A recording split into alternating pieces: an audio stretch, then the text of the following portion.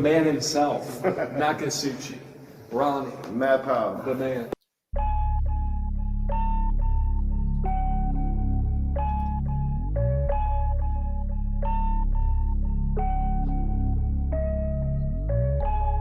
Incredible. That guy is a total mental illness patient. You made him look like a moron in that film.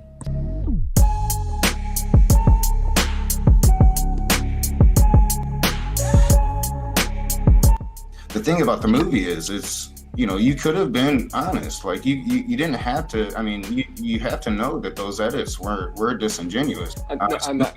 Yeah, I'm not saying. I don't personally think that anything was misedited at all. But that's just me. I proved it. I mean, I put your edit right next to the actual unedited cut.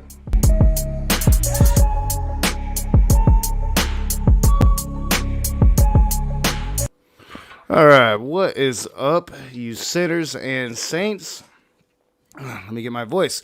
Welcome to The Rage. This is the first ever debate night at The Rage. This is the second debate I've ever hosted. I am going to be moderating solo. It should be fine. We'll be fine. You guys know me. I'm Knock. This is going to be fun. This is going to be an interesting debate on philosophy. We're going to have... lost my train of thought. We're going to have a loose conversation, friendly debate. Both interlocutors are going to get 10 minutes opening statements. Joe has agreed to go first. Leophilius will be going second.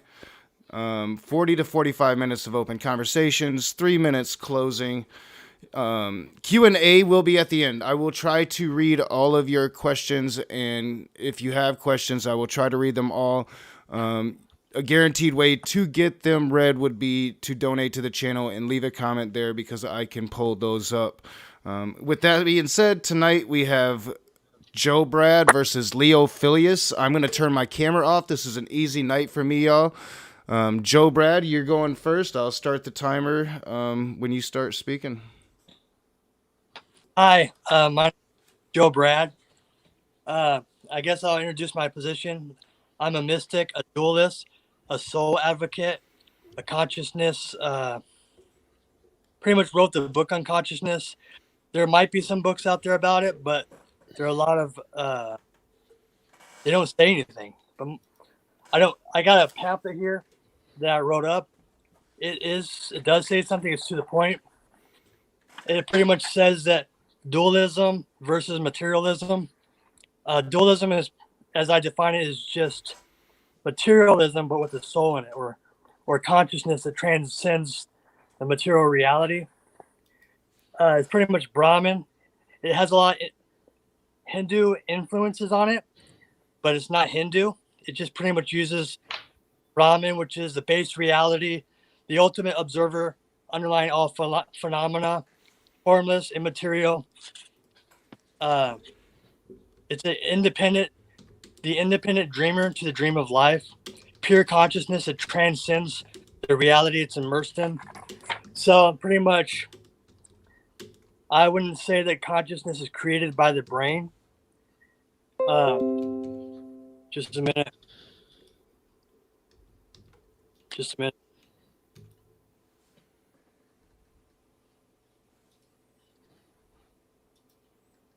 Oh, seems we lost him. I'm gonna stop your time right there. Yeah, you cut out for a second. We can't hear you.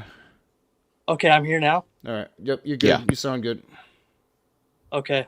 I'll restart when you start back up. Okay, so I would say that consciousness is magic. It's mysterious. It's supernatural. And by supernatural, I mean it cannot be explained naturalistically. So I know Leo advocates for naturalism and materialism. Naturalism just being that there's only the material world and everything can be explained in the material world. Materialism is just that everything is made of chemicals or matter. So the thing with consciousness is I got some facts about it that not a lot of people know about consciousness. It has no mass, and it is made of nothing material or nothing, or possibly it's made of nothing at all. It cannot be proven to exist objectively. It can't be said that it can be a byproduct of brain activity, as it can't even be detected to begin with. Unless you call brainwave byproduct of brain activity, then you're saying that a brainwave is consciousness. But I wouldn't. I don't think anybody would say that brainwave is consciousness in itself. The consciousness has no naturalistic explanation. There's no law in physics that says there should be consciousness. It transcends material reality, and it cannot be found in the brain. I would guess that you would probably the best argument for consciousness again for materialism is calling it a byproduct of the brain. And the reason why you can't detect it is because it's an abstract noun. You really can't detect abstract nouns. So if you're going to call consciousness an abstract noun, that's kind of a tricky thing to talk about, but I got some notes on it in case I need to go there. But I would call consciousness magic, mysterious, and supernatural. Magic in the term that everybody uses magic for. If you look up the term magic on the dictionary, you're not going to find a definition that most people use. So since I got time, I got some stuff to talk about. I'm a mystic. I don't know what you think that implies.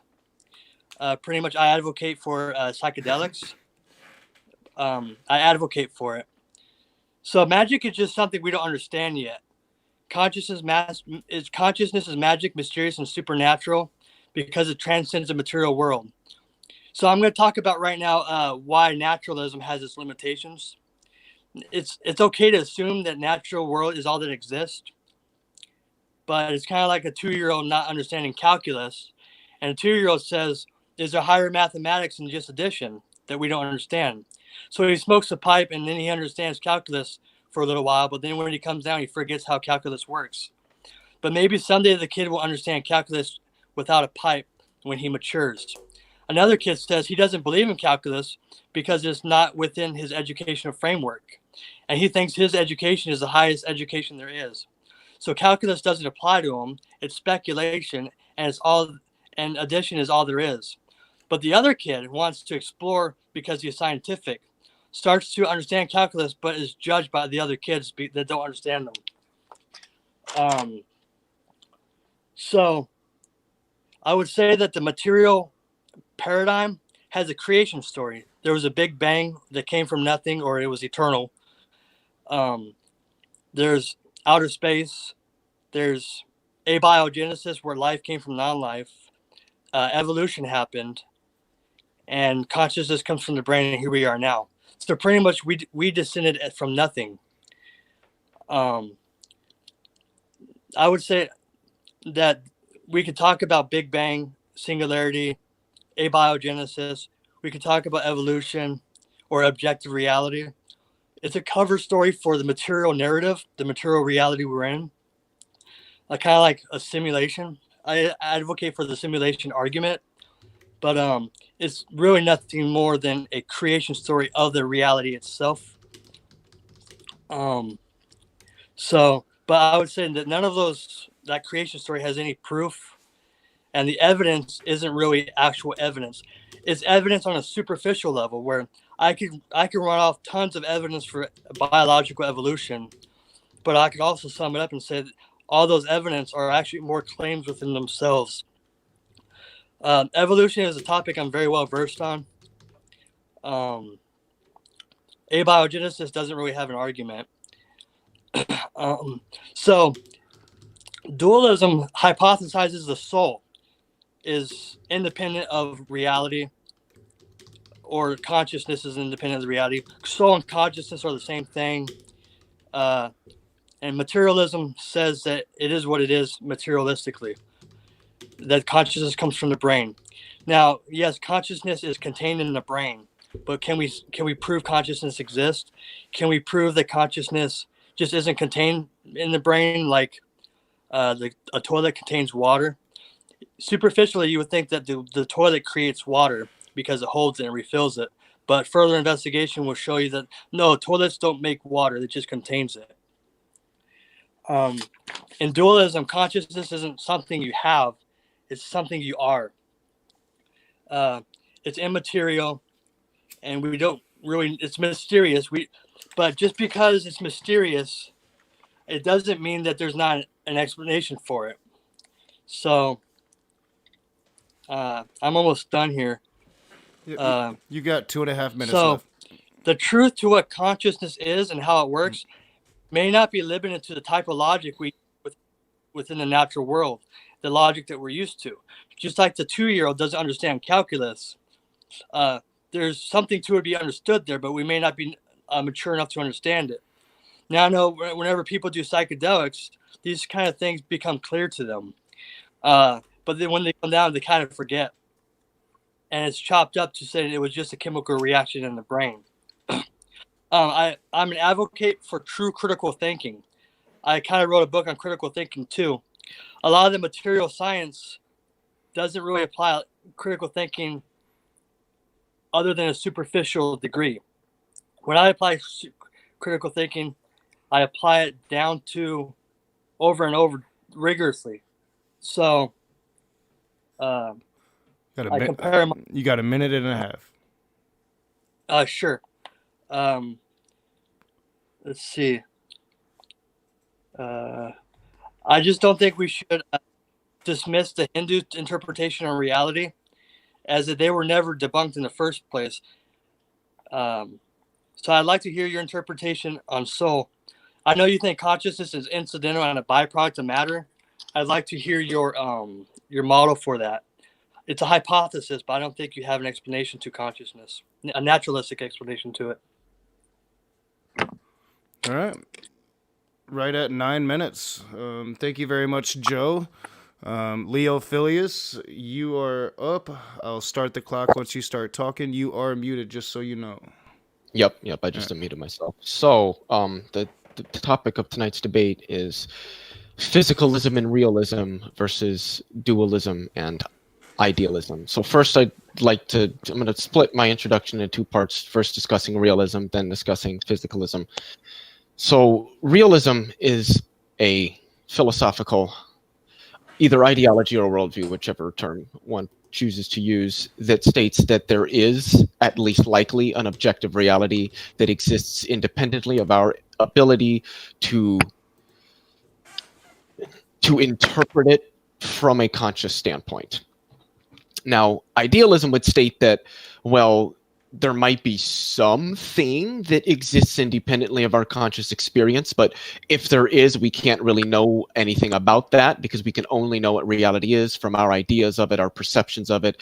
Oftentimes, idealism does go as far, I don't know if this would be true in particularly Joe's case, but there are idealists out there who essentially would be teetering on the brink of what is called solipsism, whereby they think that there really isn't a reality independent of our perception of it, because how would anybody know that without perceiving it? And then when you perceive it, you only understand it within the framework of your perception of it. Solipsism straight up says that there is nothing other than our perception. Solipsism is essentially, well, how do you know you're not a brain in a vat where some mad scientist is tweaking your brain to produce the particular effects that give you the experiences that you have? I wouldn't state that realism can be objectively verified or proven. However, I would say that it is a very valid, and I would also argue that it is essentially a necessary presupposition that one needs to make if we are to truly understand our reality from an objective standpoint, and to understand all of the data that we can collect from it and all of the methods that we utilize to understand and quantify it. For me, with idealism, especially the more extreme versions of it, like solipsism, these have to be assumed to be false in order to make sense of our world. Because in order to make sense of our world, we do have to make the presumption that it is there, that it is objective, and that it, at least to some extent, exists independently of our perceptions of it. Any idea what's falsity needs to be presumed is probably not a very good idea to begin with. So I am a realist. I do believe that objective reality is there. I believe it exists independently of our perceptions of it. How we perceive reality, I don't think makes any statements to the objectivity of reality. Now on to physicalism. Well, I'm assuming that this is relating more to physicalism in terms of particularly consciousness. So the first thing I want to mention is a very, very interesting paper that was published in, I believe, 2016. it was originally published in the American Academy of Neurology, one of the world's most respected publications. They have one of the world's most respected neurological publications, and they noticed that there are two parts of the brain. One of them is called the AI, which I believe is the anterior insula, and then the other one, the PACC, which is the. And I'm working a little bit from memory, so if I butcher this, I'm sorry, especially to Lisa, who's in the chat, because she's a psychologist. She probably knows these terms. Pregenual anterior circulate cortex, something like that. Anyway, what they showed is that when these regions of the brain are lesioned compared to them operating in a healthy adult, consciousness is drastically reduced. And something else that they noted about these two regions of the brain is that they seem to essentially be connected to two defined components of consciousness. And these are two components of consciousness, that there are two components that are identified as being pivotal to consciousness by the whole of the field of cognitive science, and that is arousal and awareness. And when these two brainstem regions are lesioned, arousal and awareness are seriously disrupted, and that probably plays into why consciousness itself is severely disrupted when these two brainstem regions are not communicating properly. There's problems with them compared to a healthy adult, one where they don't have these problems in the brain. And so they're essentially saying that this part of the brain seems to serve as sort of an interface between arousal and awareness, which are two of very, very fundamental components of human consciousness, which lends credence to the idea that consciousness is a product of the human brain.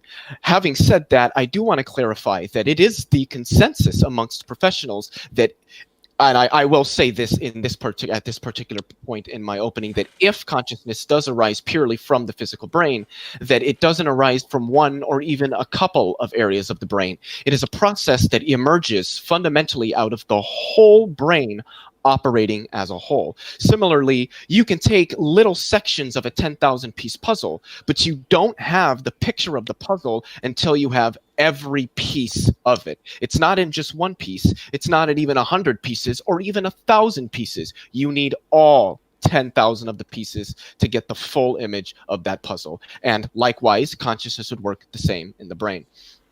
There was another study that was done. This was done in 2019, and what they showed in that study is that consciousness actually, as far as we can measure it, is not confined to only one region of the brain. There are numerous different cells, numerous different neural pathways that are engaged, and this all depends on the type of information or the type of external stimuli that are being perceived and the ways in which they're being perceived. Various parts of the brain can work together. Different parts of the brain will light up more significantly if you're smelling a rose than if you're looking at a rose. Different parts of the brain will light up when you're playing a video game versus when you're sleeping. All of this, again, greatly substantiating the point that aspects of consciousness, I would say that all of consciousness emerges from the brain.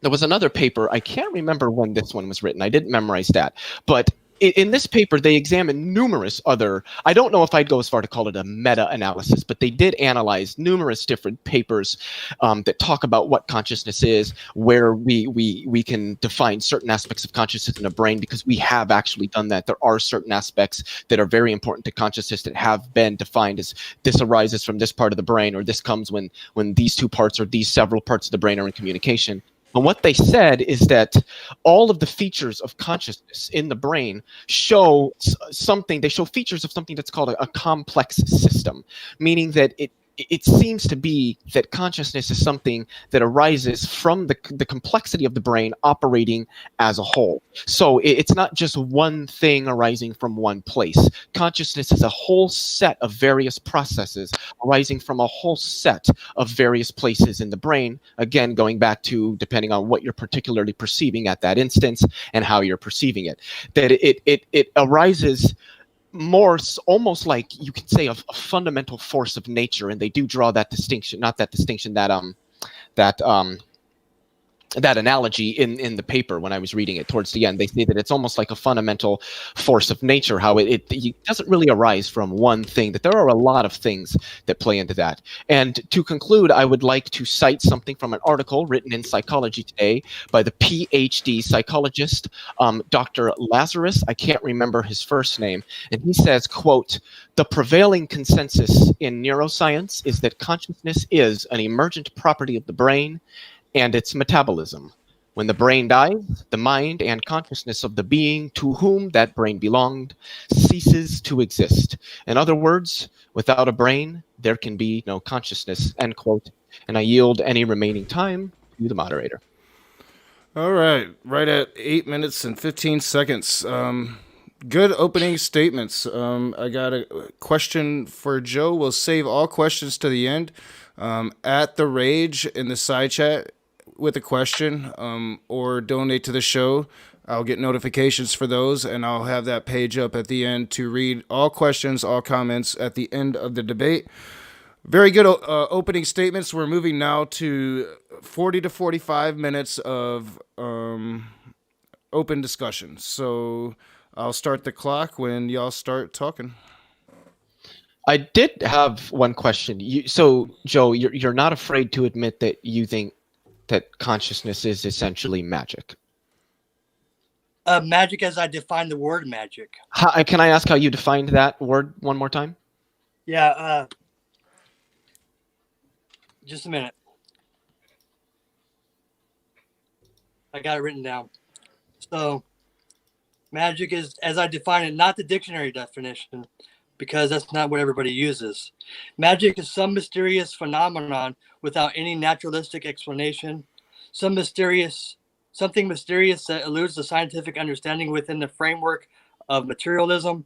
It's supernatural, but the truth to what consciousness is and how it works may not be limited to the type of logic that we're used to in the natural world. Like the 2-year-old that only knows addition but doesn't know calculus. So I did want to ask a quick question. I'm going to try to draw a parallel here. Have you ever heard of the term quantum gravity? No. So what this is we have a certain mathematical formalism that tells us what gravity is, and I'm sure that you have heard of quantum mechanics. The thing is that this particular framework for defining what gravity is doesn't work when we try to use it in terms of quantum mechanics. So quantum gravity is essentially a much more explanative extension of the framework we already have. It's something that's mysterious. It's something that the natural we have not been able to explain naturally. Would you posit that quantum gravity is magic just because we don't understand it? Yeah, as I define magic, I would say it's magic. So would you state that anything that isn't currently understood is magic? Yes. What if when we do understand it, we discovered that it is entirely natural? Was it magic and then it became natural, or is it still magic? It's the first one you said. It becomes logical. Okay. So it seems to me that you're really just using magic as a placeholder for we don't understand it yet. Yes, but the thing with consciousness is it has stood the test of time. What particularly do you mean by that, may I ask? It completely eludes physics. In what ways? In every way. They can't even prove like it exists. What? They can't prove it exists. Wait, so we're not having a discussion right now? I know I could prove my own consciousness, but I cannot prove yours. So you're not having a discussion with me? I'm not responding to the things that you're saying in a cogent manner, indicating that I am having some sort of understanding of the things that you're saying. I'm not actually interfacing with your consciousness right now? I can't prove it. Well, you can't prove it. Is it reasonable to make that presumption that I am, though? I act like you are. I feel like you are. But I could be in a video game where I'm the only player in it. Yeah, you could be, and you could be a brain sitting in a jar on a shelf in some mad scientist's room, correct? Yeah. But there aren't any real reasons to think that's the case. Well, the problem is assumptions. I talked about critical thinking. Critical thinking limits the amount of assumptions we make. So why would I assume you have consciousness if I can't prove it? No, I would agree. I would think that one cannot necessarily prove that other individuals are conscious. But I would say, and it seems that you are agreeing, that it is a reasonable presumption to make for the sake of engaging with humans in our everyday lives, that these are obviously also other conscious agents. So just to clarify, would you state that we at least do have to make that presumption? Whether or not we can prove it aside, we do make that presumption. No, we shouldn't make that presumption Why not? because you can't prove it. So there are a lot of things we can't prove. So In fact, science can't prove anything. We can't prove that gravity exists. So if I drop something, it won't fall? Or I shouldn't assume that it's going to fall simply because I can't prove that gravity is real? well, those are predictions you're talking about. We can Yeah, make but I can also predict how certain people would respond to any statement that I might think of. So we can make predictions about how people would respond. Doesn't that seem to indicate that people, at least presumably, have some sense of awareness, cogent awareness of their surroundings? not prove consciousness, and there's no reason to assume that other people have consciousness. That's what solipsism is all about. Yes. Is not a belief system. It's a tidbit. It's a fun fact. It's a fun fact that you could be in my dream right now. So I shouldn't really tell people that, hey, that person has consciousness, but it seems like they do, and you could feel like they do, but you can't assume that they do. So you don't assume that I am a separate agent from you with his own conscious right now? No. So But let me ask a question. Why did you agree to this debate? because I get feedback from it. So if I'm in a dream, I can still interact in the dream. Yeah. And in that dream, I mean, I've interacted with people in a dream. So I don't understand the point here, I guess. My point is that consciousness cannot be proven. And I would agree. It cannot be proven. There's a lot of things that can't be proven that are still reasonable to assume that they are the case. yeah, so should I define consciousness? What was that? Should I define consciousness? I didn't define it yet. No, I have a pretty firm grasp of what consciousness is. Well, because Hinduism has a different definition. That's fine. I don't think that the academic scholars utilize the definition that Hinduism uses. I go by the definitions, especially for technical matters such as these. I prefer to use the definitions that the academics would use. So academics would have a robot would have consciousness. Not entirely. Academics actually don't consider robots to be conscious. But by the definition, they would. Not by the definition, because we don't know if they have a sense of self-awareness, and it seems that they actually don't. So how do you define consciousness? Consciousness would be I'm not going to say any level of perception of one's surroundings, but I would argue some cogent and a somewhat advanced understanding or perception of one's surroundings, which seems to be what consciousness is, broadly speaking. Okay. I'll just say that consciousness is more of a being.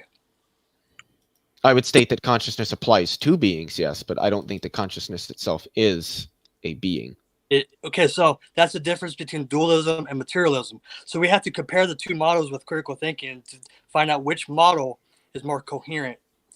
The materialist model gives us predictions about how the brain will behave. It provides explanations for why the brain behaves in certain ways. It tells us why the brain has the structure that it does. It tells us why certain phenomena are processed in certain parts of the brain. I would argue that the physicalist or the materialist explanation for what consciousness is seems to be pretty right on the money, especially considering that we've run laboratory experiments that seem to confirm a lot of these predictions. All your experiments that you're presenting forward kind of fail because they can't prove consciousness exists in the first place. What you're talking about is brain activity, not consciousness. Are you saying brain activity is consciousness? Oh, of course it is. That's what the academics say. So in materialism, why does brain activity need consciousness? It doesn't need it. It's just consciousness is just something that inherently emerges out of the fundamental electrochemical processing that occurs in the brain as a whole. So it's a byproduct. Yes. Can you detect this byproduct? Like absolutely. Detect the how do you detect consciousness from brain activity as a byproduct? EEG readings, electroencephalography readings. So what are those reading? Those are reading the fundamental electrochemical processing in the brain. We can also use fMRI as well. Okay, so those things only prove those things. fMRI only. So I don't see where in physics and chemistry that consciousness is a byproduct of brain activity. brain activity is proof of brain activity. Yeah, and consciousness is brain. It's not like there's brain activity and then there's a separate thing, that's called consciousness. The brain activity is the consciousness. If you didn't have that activity, the property that emerges out of it would not exist. So Similarly, if you put together a puzzle, you get a picture. No puzzle, no picture.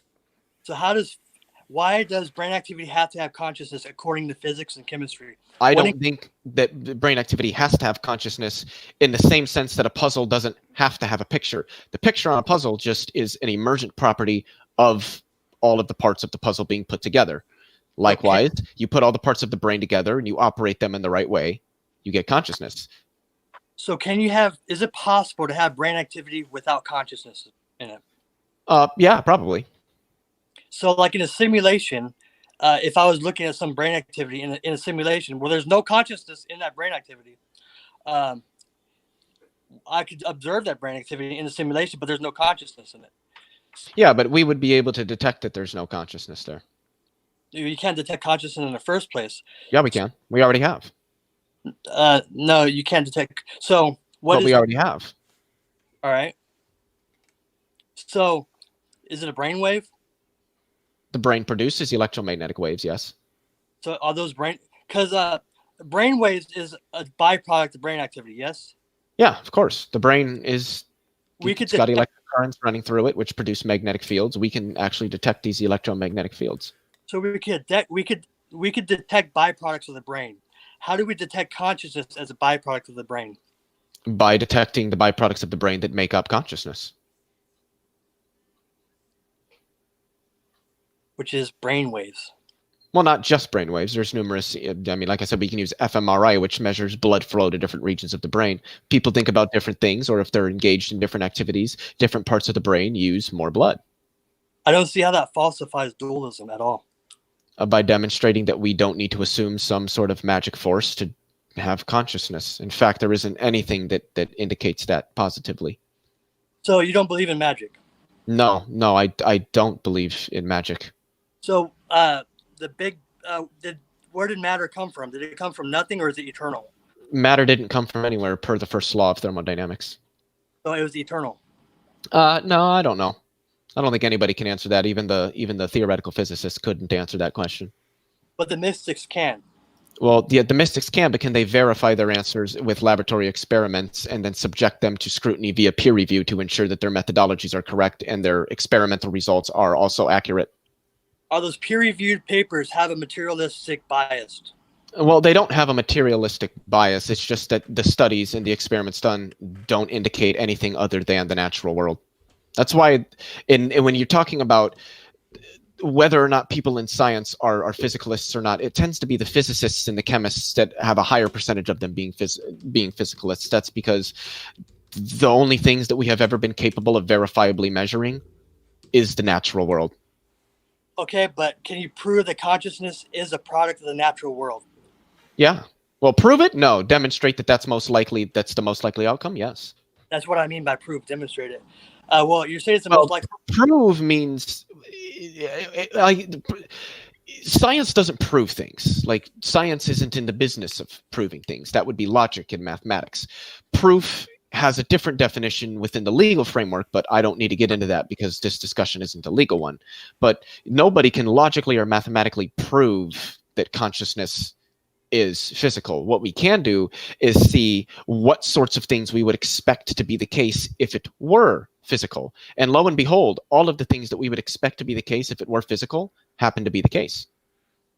Okay, so from a materialistic standpoint, if you see a red apple, how does that work? What do you mean? How does the brain see a red apple? Well, we have these things called photoreceptors. Okay. We call them eyes, and being that apples are made out of atoms, and atoms have electrons, and those electrons form shells, photons interact with electrons, and the electron shells scatter photons, which are then picked up by the eye in particular frequencies that the brain then interprets as a color. What is observing this interpretation of the brain? The brain. All right, what in the brain cells, right? What's that? The brain is made of brain cells.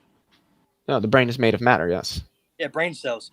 So what organelle in a brain cell is responsible for observing? There isn't one brain cell that's responsible for observing. I believe there is a part of the brain called the visual cortex.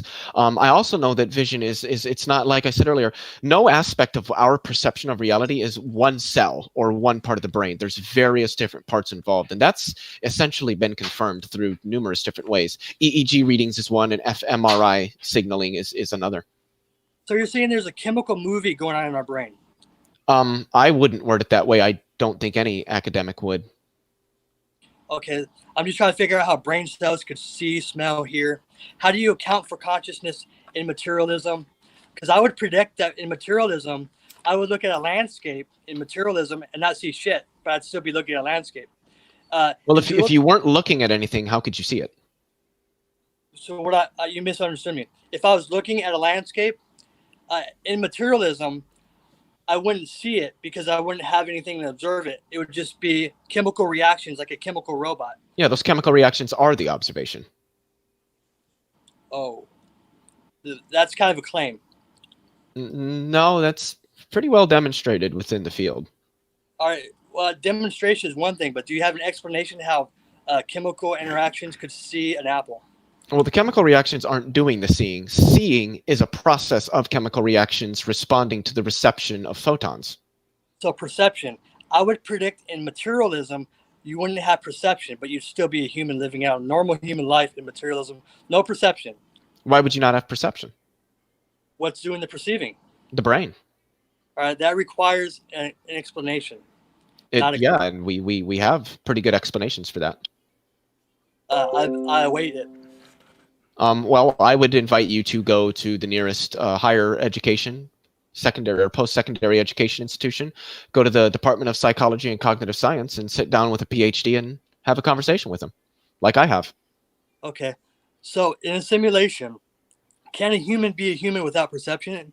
But a simulated human in every single way, down to the freaking atom. Can a human be a human without perception and live out a normal human life? Yeah, I would say that a dead human isn't perceiving anything, but it's still a human being. The state of being a human being, it does not come down to strictly our perception of external reality. There are numerous other biological factors and different taxonomic features that we have that classify us as humans. I'm saying in a simulation, can a human be a human, go to work, drive to work, eat an apple without perception? Oh, so can a human live without perception? Live a normal human life, sleepwalking, no perception. No. Why not? It's all chemistry. Because you have to perceive to do those things. You couldn't drive if you couldn't see. That's why we don't let blind people drive.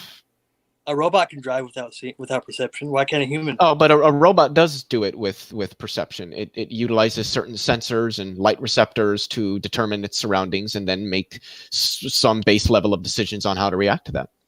That's responding. That's being responsive. That's not. Yeah, that's what consciousness is. It's a very much a higher order level of response to external stimuli that the brain receives from our environment. So you're conflating responding with perception. Well, perception is a higher order form of response to our surroundings.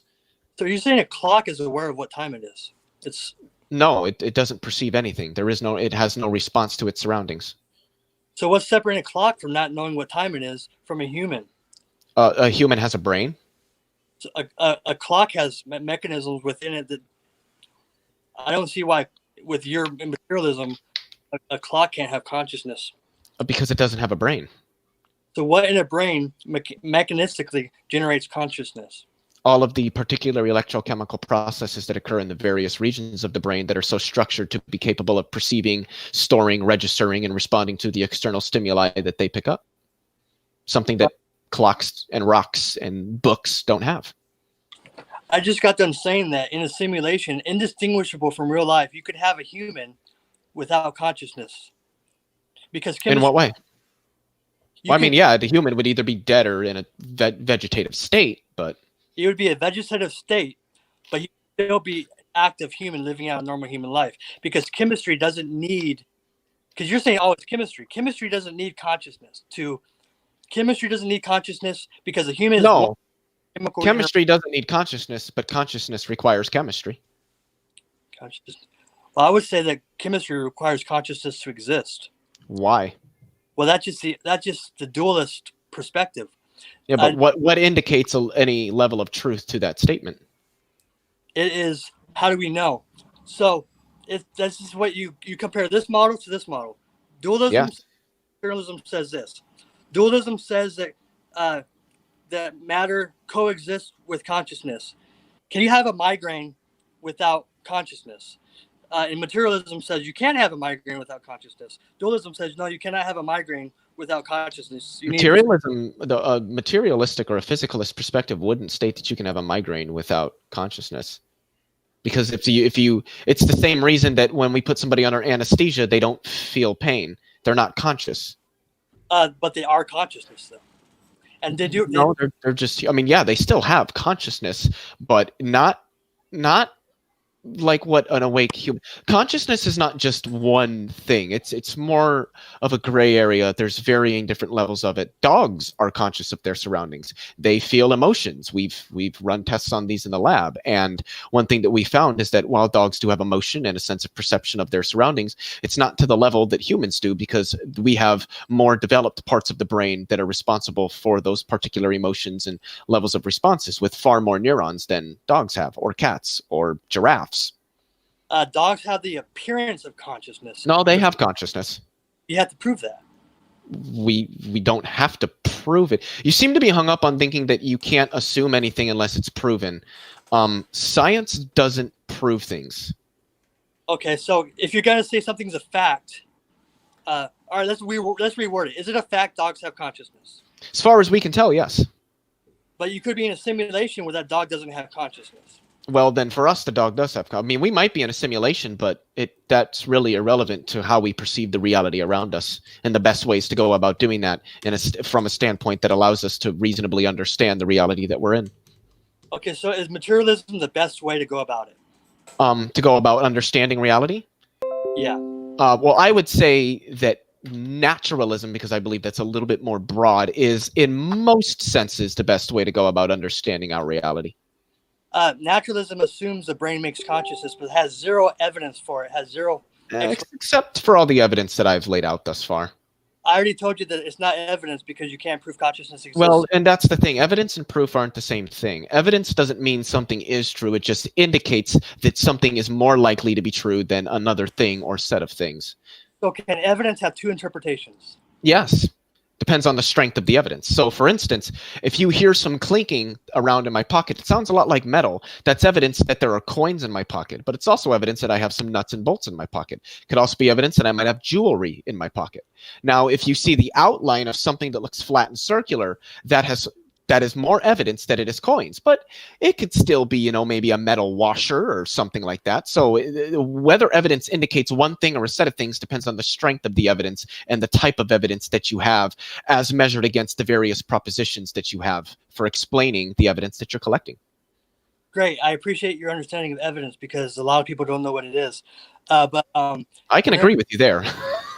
But evidence between materialism and dualism, I would say the evidence overall fits better with dualism using critical thinking. But you seem to think that evidence it favors materialism, and I would say that it does. I'd have to say it doesn't. Can I ask you a quick question? Can a human willfully stop experiencing being extremely drunk whenever they want? So if you got very, very, very drunk, could you just, whenever you wanted, willfully stop experiencing that level of inebriation? No. Why not? The laws of physics say you can't. So in what way? Because if dualism is true, then your experience of things is independent of what's happening physically to the brain. Inebriation or drunkenness is literally just chemical processes. It's just the brain being chemically altered. So it seems to me that in and of itself indicates that we can't separate our experiences from the physical brain. Because if we could, then we should be able to stop experiencing whatever is happening only physically to the brain, unless you're arguing that alcohol somehow is also like a magic potion that affects our consciousness. Okay, so you did bring up idealism, and that explains it just fine. Idealism is saying that all you can really know is that you're a conscious being observing a reality, like a movie. So All I know is I am consciousness. That's what I am, and I'm observing, like a movie, a virtual reality, a story, a video game, whatever you want to analogize it. That's all I can know. And right now. I am watching a material world. The material world says, "Hey, there's redshifts in the stars. There was a Big Bang. It's all chemistry. Life had to come from chemistry. There's so much evidence for evolution. The brain. So you came from a protocell. The brain has consciousness, and therefore the brain makes consciousness. It's a nice cover story, and superficially, materialism makes sense. But critical thinking, like a little bit of critical thinking will make you an atheist. A lot of critical thinking will let you know that the soul exists and it's real. So what is the soul made of? So I have that answer. So it's not made of anything material. Like I said, it's magic. It may or may not have a understanding that we have. We may not be mature enough to understand it. It may be made of nothing at all. So if it's made of nothing at all, then a soul would just be nothing at all then, correct? Following that logic? Nothing material, but these kind of things make more sense under mystical visions. However, I can say that the consciousness is probably not material. It transcends the material world. But In what ways? And how? So let me ask you this: how would we go about falsifying the idea that consciousness transcends the material realm? How would you go about showing that's likely to be false? You'd have to prove materialism. That makes no sense to me. So you could falsify dualism by proving materialism true. Well, I'm not talking about dualism as a whole. I'm talking about how would we go about falsifying that consciousness transcends the material world. The material world doesn't have to be all that exists to be able to falsify that consciousness transcends the physical brain or the physicality. In order to disprove the soul, like falsify, is that what you want? You want me to prove the soul? No, I'm not asking you to do it. I'm asking you how would one go about doing that? Is it possible to show that these ideas are false? Yes. And how do we do that? You'd have to prove another idea true. Do you have to prove that idea true or just demonstrate that it's more likely to be the case? So like you said, we can't really prove anything. But we can advocate for the best model. Well, using science we can. There's a lot we can prove in mathematics and logic. Okay, sure. But what I'm saying is comparing models, philosophies, worldviews, paradigms, when comparing them, I reach my conclusion by finding the best one. I don't know if it's true. I don't know if it's true. But what level of critical thinking are you applying to it? Is it rigorous? Oh, of course. So is it rigorous as a 2-year-old only believing in addition and not calculus? I don't know exactly what you mean, because despite whether or not a 2-year-old believes in it, we know that calculus is real. So that wouldn't really matter whether somebody believed it was real or not. We know that it is. Well, that's just an analogy. All analogies have flaws in it, but an analogy has a point to it. It's the point you want to pay attention to, not the flaws in the analogy. Okay, so what was your question? How do we falsify the idea that consciousness transcends the material world? So you can falsify that by showing that consciousness has mass. It has physical dimension. It is material. And you have to prove it exists. Have an explanation for it. Wait, so can I ask a quick question? Yeah. If something doesn't have mass, does that make it immaterial?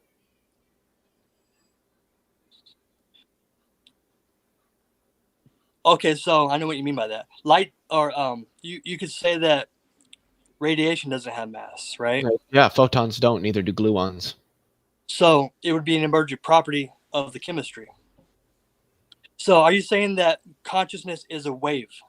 No, I'm saying consciousness is a process sustained by a material item, in the same way that Facebook doesn't have any weight at all.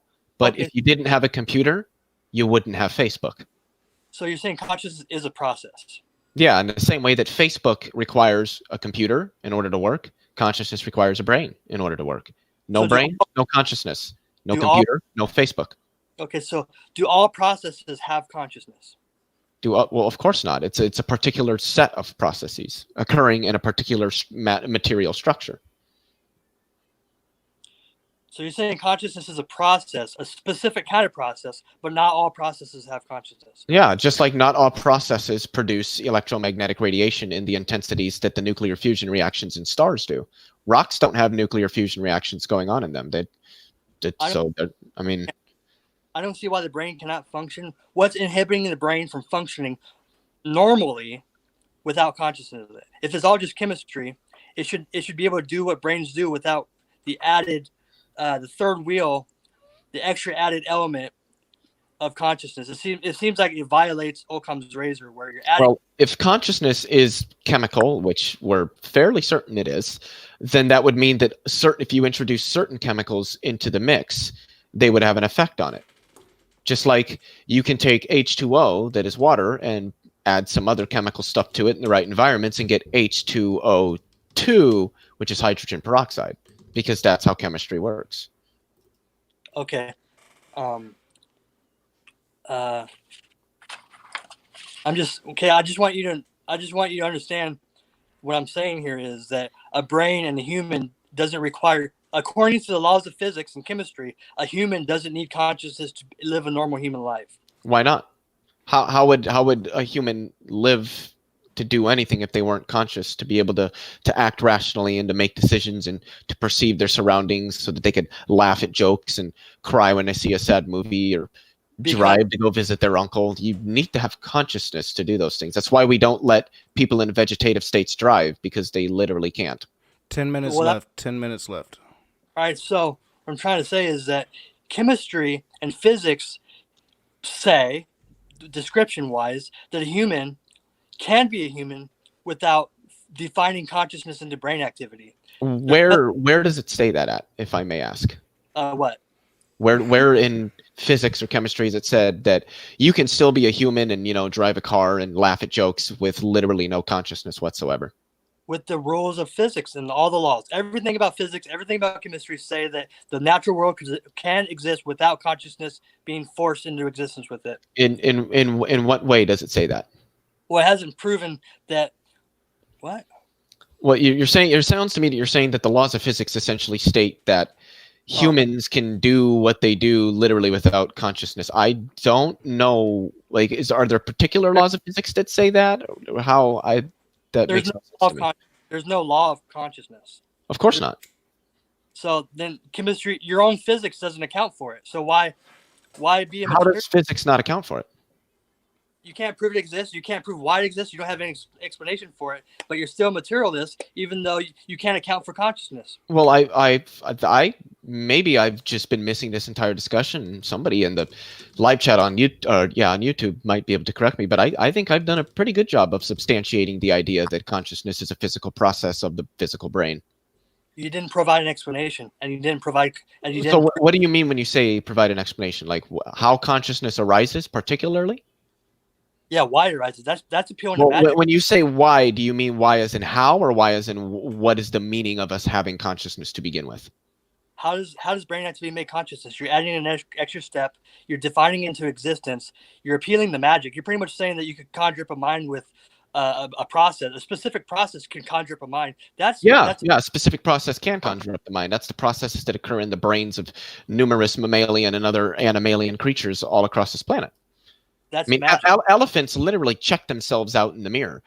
Octopi can solve complex puzzles. Bees can do math.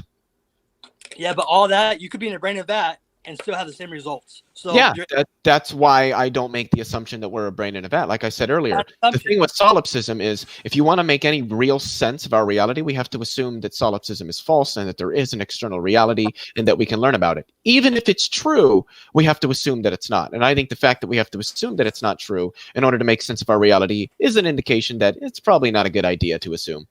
Solipsism is not a claim. It makes claims, yes.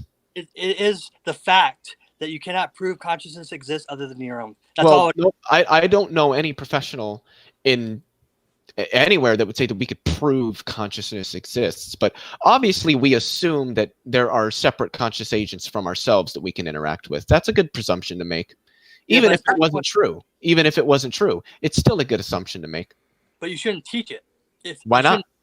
Because you shouldn't teach assumptions like that. Why not? It's a good assumption to make. No, it's not. Why not? Because you're saying that there's other conscious minds out there and you can't prove it. So there's a lot of things we can't prove. So you disagree with solipsism. Oh, of course. Most philosophers disagree with solipsism. But solipsism is a fact. How could you disagree with a fact? Well, it's not a fact. Nobody's proven that there isn't an objective reality and that there is no objective reality independent of our perceptions of it. No, nobody's proven an objective reality is true. You could be Yeah, a dreamer. you do understand that because an idea hasn't been proven true doesn't mean it's false, and an idea not being proven false doesn't mean it's true.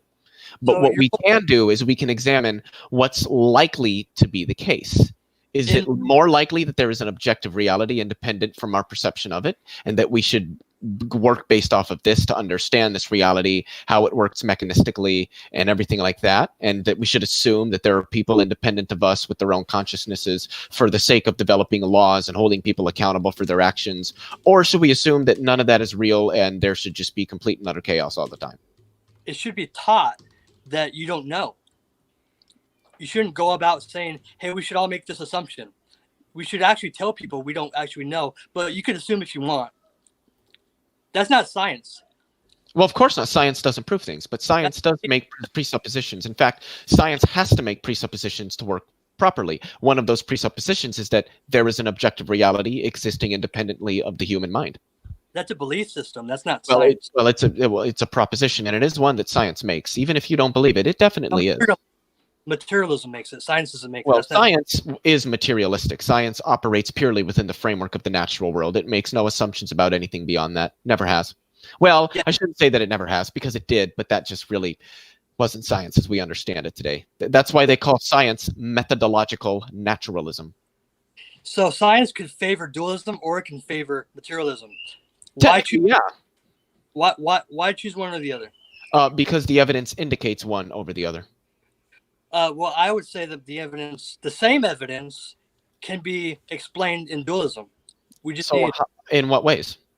So you say that we can reduce consciousness. Oh yeah, definitely. We've done it. That's what anesthesia does. No, you reduce brain activity. You can't prove there's consciousness. Which is what consciousness is. Consciousness is the collection of brain activity occurring. Differing levels of brain activity will give rise to differing levels of consciousness and an ability to perceive. If somebody stops hearing things, their ability to perceive has dropped. Their consciousness has dropped, albeit infinitesimally by an infinitesimally small amount, but still dropped a little bit. Funnily enough, deaf people actually, whether they were deaf from birth or ended up deaf at some point throughout their life, the areas of the brain associated with the perception of sound are actually, still can be stimulated. I find that really, really interesting, actually. So you're confusing the appearance of consciousness with actual consciousness. I would say, yes, people do appear to have consciousness, but I don't think we can prove it.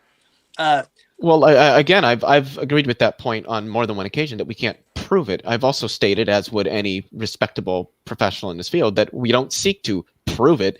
We just kind of, can measure it, quantify it, and understand it. How do we quantify and measure and understand something that's not real? Because if it's not real, then it doesn't exist. If it doesn't exist, there wouldn't be a thing there to be measured and understood and quantified. Well, the fact that we can measure something kind of means that it exists. 3 minutes. Do you understand this picture? 3 minutes. Can you read it? Yeah, that makes no sense to me. Okay. It doesn't make sense. I can't. Yeah, it kind of just seemed like it was trying to make some sort of non sequitur argument. It's just saying that if the world is just made out of chemistry, the natural world can exist just the way it is without forcing consciousness into the natural world. Consciousness wasn't forced into the natural world. It just arose out of the natural world. Kind of like stars. Stars didn't have to exist. They just did because that's the way that the laws of nature play out. Same thing with chemistry. I can say that space doesn't even exist, but... no, because we've measured it. Oh, okay. That's different. A quick question. If space doesn't exist, what do things exist in? If I gave you matter, I gave you no space, where would you put the matter? I meant outer space. Yeah, that's what I mean too. outer space. Yeah. The cosmos or the universe doesn't have to exist for reality to be exactly as it is right now. Well, if reality didn't exist, then reality wouldn't exist. No, that's not what I said. I said outer space doesn't need to be So you mean like the universe? the universe outside. The universe is reality. It does, like going out into space and planets and stars and stuff. It doesn't need to exist for reality to be just the way it is. But it does, because if the universe, which is reality, didn't exist, then there would be no reality. What do you know what the root word in reality is? No. It's real. So reality is that which is real, i.e. the universe, space-time reality that's what they call it, and its mass energy contents. So if I had a dream that felt real, would that be real? Dreams are real. They're processes that occur in the brain and in reality. Yeah, dreams are real. The content of dreams might not be real, but dreams are a real phenomenon, just like video games are real. Now, the content of a video game, like I play RuneScape, they've got magical spells in RuneScape. The game is real. The magical spells in the game are real, but they're not real in the sense of having it's the difference between things that could be considered abstract and things that be considered concrete. So you're saying that real is relative? No. I'm saying there's a difference between abstract reality and concrete reality. So you're saying there's Thoughts are real because they are a phenomena that occurs, but they're not concrete in the sense that, like, say, a star is concrete. A star has concrete reality. Thoughts have abstract reality. Time. That is 40 minutes of open discussion on the dot. Really great conversation, really great open conversation. I didn't have to butt in once. We have some really good questions for both of you from the audience. You both get 3-minute closings, 3-minute final words. Whoever wants to go first can go first. I think Joe went first with the openings, so if you want to go first, Leo, that might be fair. So yeah, I would say that I think I made a pretty solid case that consciousness, well, number one, that there is an objective reality independent of our experience of it, and even if we were to say that there isn't, it's a good idea that we assume that there is, so that we can make sense of it and operate within it, within a framework that allows us to carry out our everyday lives. I think I also made a pretty convincing case that I have to be honest, I don't think that was really cogently assailed, that consciousness is a process of the physical brain. Without a physical brain, you don't have a consciousness. That is the overwhelming, the extremely overwhelming consensus amongst all of the relevant academic professionals. I would ask, what is it that they know that we don't? But yeah, I have a lot of respect for Joe. He's a respectful guy. I disagree with him on things, but he's a very respectful guy. He's here to make his points. He's not here to hurl insults and talk over his opponents or anything like that. So I enjoyed the discussion, and I hope he did too. Awesome. 1 minute. All right, Joe, you have 3 minutes to give your final words. All right, thanks, Leo. I think you're a good, well versed in naturalism and materialism, but you make a lot of assumptions. You haven't proven that a brain could exist without consciousness, just the same in a process as it could, as it is a fact that it could be simulated without consciousness, just the same. I would just want to say one thing is that I still see no reason. I'm not here to debate. I'm here to grow and to be proven wrong. I still see no reason. I still haven't not proven wrong that consciousness is in fact non-essential and not necessary in materialism in the natural world. I still don't see why it's necessary for consciousness to exist in the material world. Leo, you've given me a lot of to think about. Awesome. That was right around a minute as well, so equal timing. Thank you guys very much. This has been a very great and successful first debate on this channel. I think it went really well. It helps when you have two interlocutors that know what they're talking about and can combat each other's ideas respectfully. I want to commend both of you. First, I want to read the $10 donation from James Hogue. $5 donation. There's two from James Hogue. Thank you, James Hogue. The first one, the $10 donation, was the big money roller. Oh, yeah, yeah, big money, big money. Dumpster fires are fun, but I think that was from yesterday. So there was one donation, $5. This was better than an MDD in my opinion. Well moderated as well. Well, thank you, James Hogue. Always in the side chats, always a great supporter. Thank you, James. So the first question is from Monistic Idealism, and it's for Joe. Do you believe the physical is a distinct substance from the mental? If so, how do you answer the interaction problem? I would say that we cannot prove we are interacting in a reality. Idealism says all we can prove is that we are observing a reality. So our free will, our thoughts, our imagination, those are all just observations. Free will and choice is nothing more than an observation of reality. You feel like you're making a choice, but what you're doing is you're perceiving, making a choice. Did that answer your question? I hope so.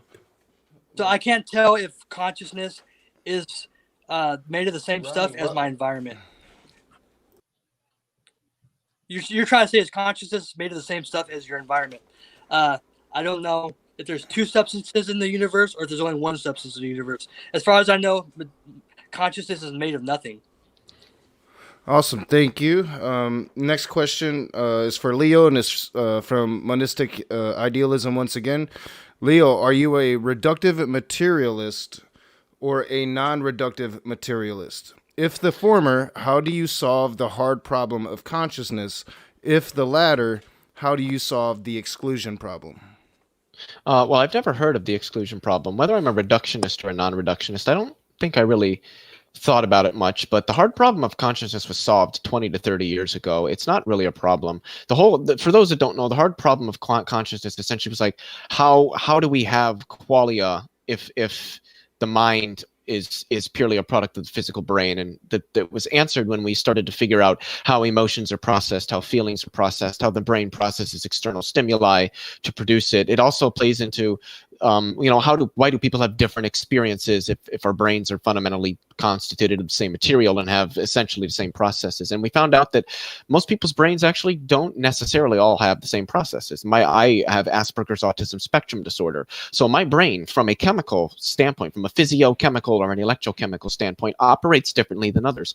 Also, our consciousnesses, that's how you would say it plurally, I actually don't know, are in part shaped by our environment. People's environments are different. Their experiences are different, which is going to lead to different ideas about things. But the hard problem of consciousness doesn't really exist anymore in the field. It was a big thing back in maybe the 90s, but since then, it's since about, I'd say, the early mid 2000s, with a lot of the work we've done, especially with the EEG readings, fMRI studies, all this stuff. I mean, we've quantified thoughts in the brain. We know where emotions arise in the brain. We know where memories can be stored at in various parts of the brain. And I can provide links if anybody's curious for all of this stuff. We've set up computers that can take the words that somebody's thinking without them even saying it and audibly read it back to them. We've set that stuff up. So yeah, all of this seems to indicate positively that consciousness arises from the material brain and that there isn't really a hard problem. Awesome. All right. Question from Immutable Destiny for Leo. What type indicators can we use when studying organisms to be able to say whether or not that those organisms have brains? Are these indicators to some extent arbitrary and subjective? Is it when he says brains? I don't know if he means like a physical brain or if he means more consciousness. I'm going to assume that he means physical brain. I'm not a biologist or a biopsychologist or however you would call them. I don't really know what sorts of what's the word I'm looking for? What sorts of things would characterize whether something has a brain or doesn't. I would think that if there's some centralized area where some level of neural processing occurs, that would probably be considered a brain. I would just have to have a discussion with him on that question. It was a little bit technical. I don't really understand what it is he's trying to ask when break it down. All right, I might have got it wrong. He tried to clarify, but I didn't quite understand the clarification. So I read it the first way, so I might have read it the wrong way as well. So from James Hogue, this is for Joe. Is insanity real, or does it just reside within you? Solipsism says that I can't verify if other people have insane or not. and it may be relative. I may be insane now. It may be relative, so I may be insane now. All right, awesome, thank you. From CJ the Synagogue, for Leo, does the information on Facebook exist outside the confines of its physical servers?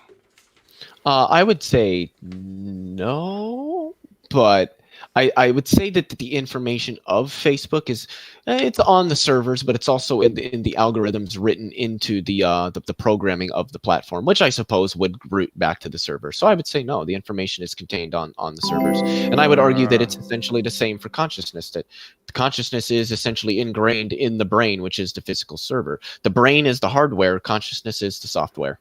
Yeah, and Immutable said he meant consciousness. I didn't understand his correction. I think he messed up his correction to me. That does make a little bit more sense. Would it be all right if I answered that again? Yeah, go for it. So I don't really know what the professionals would where they would for me, I would argue consciousness is sort of a gray area. Like slime mold is a really good example. It can find its way through a maze, and once it's done so, it will retract all parts of it and go only through that shortest part of the maze to get to the food. Is it conscious? See, this is something I would just have to ask an academic, because I think that what consciousness is more of a scale, so to speak. But in terms of whether something is on that scale, I don't know if that's still up for debate. I am not well versed enough in the technicalities of cognitive sciences and of the understanding of psychiatrics and psychology to be able to respond to that in a way that I feel is really, really, truly honest. Awesome, thank you. We got two more questions, one for Leo, one for Joe. I'll start with the one for Joe from Immutable Destiny again. What set of criteria is used to generate objects in such a way that those objects are objective? If a person looks at something, how are they to identify that the other being observed fits the same type of object described in dualism? That's a good question. Do you guys understand? Can you guys summarize that? I don't understand. He's asking if two people, if dualism is true and like solipsism is true and it's really just you and everybody else is just a product of your own mind, then why is it that numerous different people can all experience the same thing in the same way? At least that's what I think that he's asking. I could be wrong. I think that's what he means. So if I'm just dreaming, I would have the appearance that other people are seeing the same thing as me, and we all agree that we're seeing a red apple. We all agree. However, I wake up and find out that it was just a dream. There were no other people agreeing with me at all. It was all hallucination. Does that answer? Yeah, I think, and now that I'm thinking about it more, I think he was asking, is there a standard of objectivity to the worldview? Like, can things actually be objective in dualism? Because if so, then people should all experience the same things. But if not, then you might say, well, that's a red apple, and somebody else might say, well, no, that's a blue apple. And since their experiences are different, that might seem to indicate that maybe these people are actually separate from you. But if you assume that they're not, and their experiences are just the same as your experiences because you're dreaming them up, then it would seem that there isn't really a standard for objectivity. And again, I might be wrong on that, but I think that might have been the deeper point that he might have been getting at.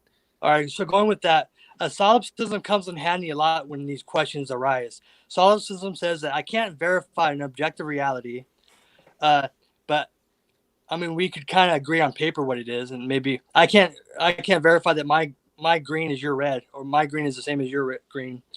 But I think solipsism will answer your question there. Awesome, thank you. And one last question for Leo. First, I want to thank Ian Davenport for your $5 donation to the channel. Didn't leave a comment, but as always, thank you for your ongoing support of the channel. Leo, this is the last question of the night from Sunflower. Is there any process that results in an emergent property that is as or more perplexing and fantastic than consciousness? I personally think that there are some processes that are just as fantastic and perplexing as consciousness myself. whether or not they are as thoroughly explained as consciousness. I would say that consciousness is, we don't know everything about it, but I would say that it actually has a pretty darn thorough explanation. And I know some people might disagree with that, but like I said, I'm a layperson in this, so I go with what the academics say, and that definitely seems to be the opinion of the academics. One process that I would state that, and again, I'm speaking subjectively from me. So if he wants to know if there's objectively a process as perplexing as consciousness, yeah, I don't know if there could really be an objective answer. But for me, I would say that strong interactions, or the strong nuclear force that binds quarks into protons and neutrons, and then the residual effects of which bind protons and neutrons into atomic nuclei, is really a very interesting, very, very perplexing, fantastical fundamental interaction. And it is also very, very, very intricate and quite confusing. And we still don't really understand everything about it, actually. But for me, I would argue that is close to, if not at the level of consciousness. All right, well, and CJ slipped one more question in for you, Leo. So last question of the night. If you can separate the brain or hardware from the mind or software, would that not indicate a non-physical mind? Feel free to correct me if I misunderstood your previous answer. I think that if you could do that, it might indicate that, but I suppose I wouldn't say that it inherently does. And I'm not a computer programmer, so there might be ways to separate the processing of software on a hardware from the hardware. From my very, very limited, and I would even say rather naive understanding of computer science, I don't think that's the case. I would make the argument that you can't have the processing without the processor, and the processor has to be this physical thing on which the processing, which is usually electric or electrochemical in the case of the brain, processes occurring in that physical substrate, whatever it may be. Hopefully that answers the question. Awesome. Yep. Thank you guys so much. Great first debate night on The Rage. I really enjoyed it. I'm glad, Leo, you stepped up. Joe challenged me, and I'm like, nope, not my cup of tea. You stepped up to it, and I want to thank both of you for doing this here. If you guys at home watching this on the playback, I'm going to talk like I'm on TV now, but if you guys watching this on the playback, or if you're sitting at your computers and you're saying, hey, I want to try to debate, but I don't know, modern day debate's getting pretty big.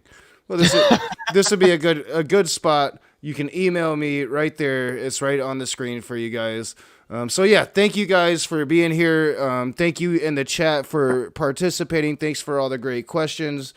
And as always, thank you, my patrons. Y'all have a good night.